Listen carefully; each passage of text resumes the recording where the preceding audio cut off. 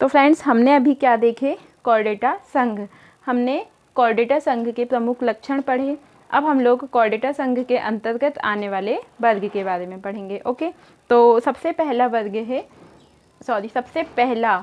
वर्ग है हमारा मत्स्य वर्ग। और मत्स्य को इंग्लिश में क्या बोला जाता है, पीसेस भी बोला जाता है।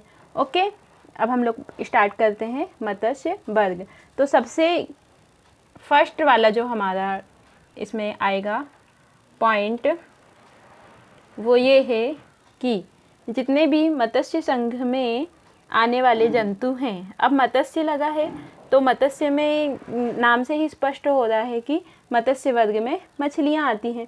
तो सारी की सारी मछलियाँ जो होती हैं वो कैसे जल में रहती हैं, लवणीय और मृदु जल दोनों में रहती है। तो हमारा फर्स्ट पॉइंट क्या हो जाएगा, लवणीय और मृदु जल।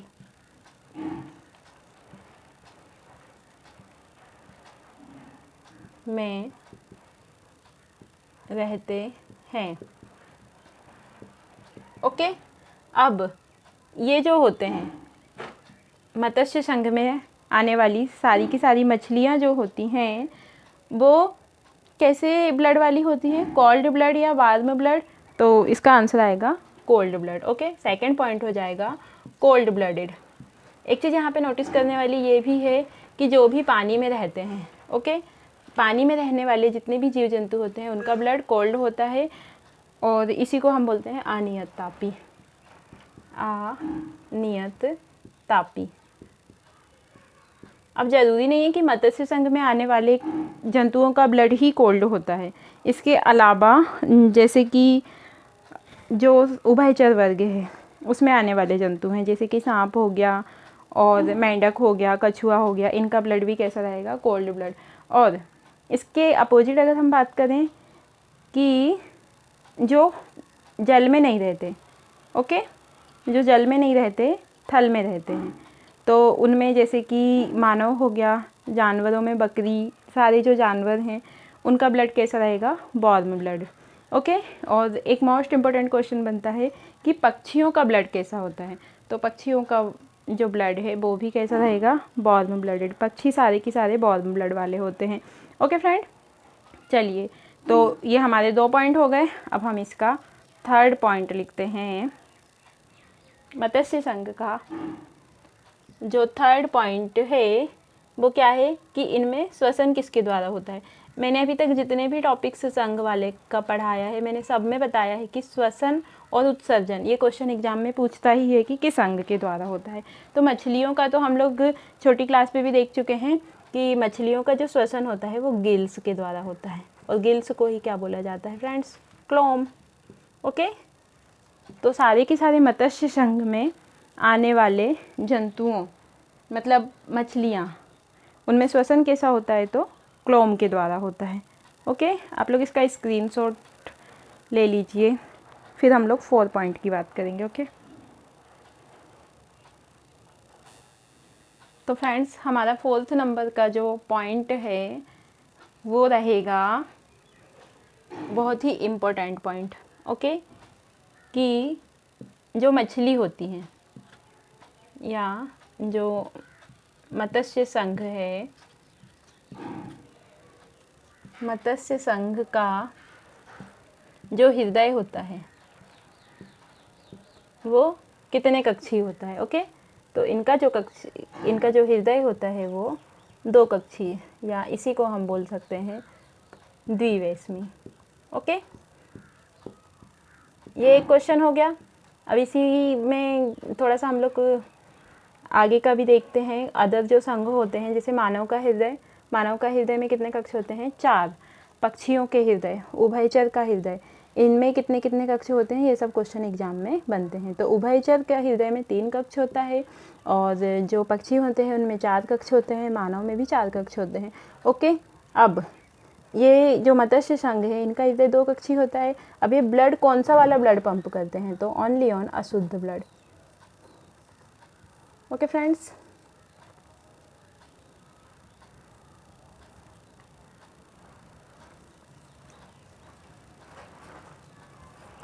ये हमारे एक एक पॉइंट, एक एक नंबर के क्वेश्चंस हैं, तो आप इन्हें हल्के में नहीं लेना। अब हम लोग देखते हैं इसके एग्जाम्पल्स। जितने सारे इम्पोर्टेंट पॉइंट थे इसके वो हमने पढ़ लिए हैं, मत्स्य संघ के जो क्वेश्चन एग्ज़ाम में बनते हैं। ओके, अब हम लोग देखते हैं मत्स्य संघ के एग्जाम्पल या उदाहरण। इसमें सब मछलियाँ ही आती हैं, लेकिन मछलियों के नाम भी थोड़े अजीब टाइप से हैं, जैसे कि शार्क, टॉर्पिडो। शार्क तो इजी था, जैसे टॉर्पिडो हो गया, कतला, भेटकी।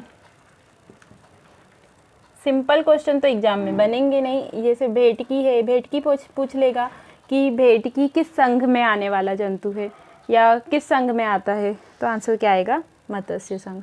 ओके, अब एनावस हो गया, मांगुर हो गया, मांगुर, सिंगी, और इसके अलावा हिप्पोकैम्पस। हिप्पोकैम्पस का एक नाम और है। ओके, हिप्पोकैम्पस को क्या बोला जाता है? इसका आंसर मैं आपको लास्ट में बताऊंगी, हिप्पोकैम्पस को क्या बोला जाता है। आप लोग वीडियो को लास्ट तक ध्यान से देखिए। ओके, और भी एग्जाम्पल इसके क्या हैं?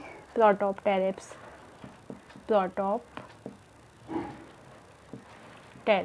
ओके, तो ये कुछ इंपॉर्टेंट एग्जाम्पल जो मत्स्य संघ में आते हैं फ्रेंड्स, वो हैं। ओके, तो ये था हमारा मत्स्य संघ। अगर इसके अलावा भी मत्स्य संघ से कोई क्वेश्चन बनते हैं तो हम लोग उसे किस में पढ़ेंगे? जो वन वर्ड के हमारे महत्वपूर्ण क्वेश्चन आंसर होते हैं सेट लगाने वाले, उस पर हम लोग इसको कवर कर लेंगे। ओके, कोर्डेटा संघ में टोटल 13 वर्ग आते हैं। जो 13 संघ हैं, कोर्डेटा वर्ग में 13 संघ आते हैं। तो ये कोर्डेटा का हमारा फर्स्ट संघ था, मत्स्य संघ। अब सेकंड जो संघ रहेगा हमारा, वो क्या रहेगा? उभयचर। इससे पहले हम लोग थोड़ा सा मत्स्य वर्ग की इम्पोर्टेंट जो पॉइंट है वो देख लेते हैं थोड़े से। जैसे कि रोहू मछली का वैज्ञानिक नाम क्या है? इसमें रोहू नहीं लिखे हम लोग ने, जैसे कतला है तो एक रोहू भी है। अब जो क्वेश्चन एग्जाम पे बनते हैं थोड़े से रिवाइज कर लेते हैं। जैसे रोहू मछली का वैज्ञानिक नाम क्या है? लेबियो रोहिता। लिखते चलते हैं इसे। ओके,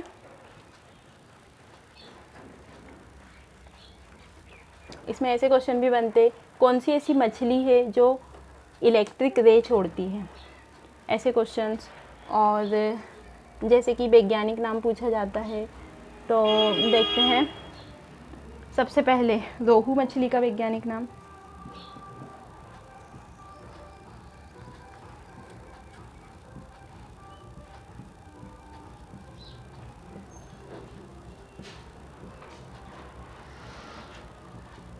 तो फ्रेंड्स, रोहू मछली का वैज्ञानिक नाम है लेबियो रोहिता।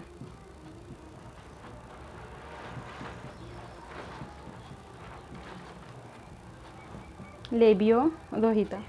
सेकंड है हमारा मांगुर का वैज्ञानिक नाम क्या है? इसका है क्लैरिस वेटरेचस।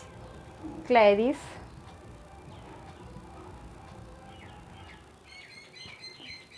वेटरेचस।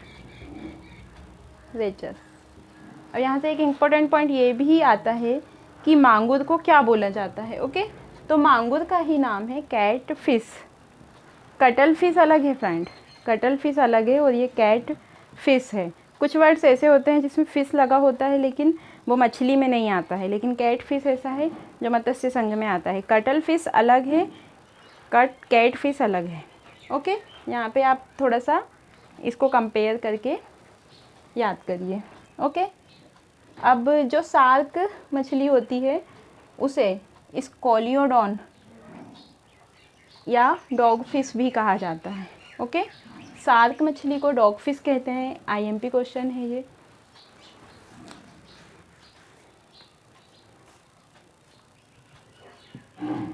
जो शार्क मछली है उसे ही क्या बोला जाता है फ्रेंड्स? Dog fish. क्यों बोला जाता है? क्योंकि इसका डायग्राम थोड़ा डॉग के जैसे होता है। ओके, अब जो इलेक्ट्रिक रे है वो किस मछली को बोला जाता है? तो टॉर्पीडो को। इलेक्ट्रिक रे क्यों बोलते हैं इसको? क्योंकि ये करंट छोड़ती है।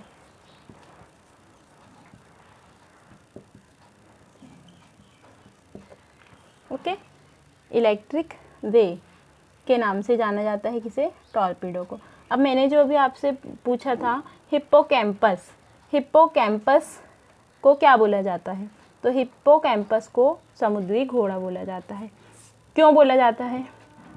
क्योंकि ये घोड़े के जैसे दिखता है। ओके, हिप्पो, हम लोग यहाँ मछली का नाम लिखते हैं।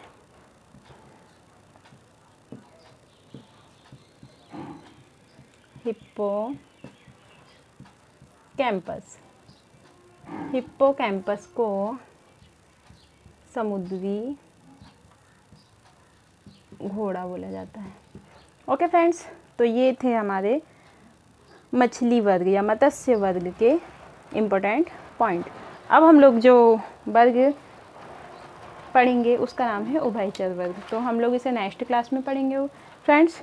तो अगर ये मत्स्य संघ से रिलेटेड कोई भी क्वेश्चन, कोई भी डाउट अगर आपको हो तो आप कमेंट बॉक्स पे टाइप कीजिए, और अगर वीडियो अच्छा लगे तो चैनल को लाइक कीजिए और ज़्यादा से ज़्यादा शेयर कीजिए और चैनल को सब्सक्राइब कीजिए, और कमेंट बॉक्स पे टाइप भी कीजिए कि आपको वीडियो कैसा लगा। ओके फ्रेंड्स, तो मिलते हैं नेक्स्ट वीडियो पे नेक्स्ट सेशन के साथ। Thank you so much for watching this session. Thank you.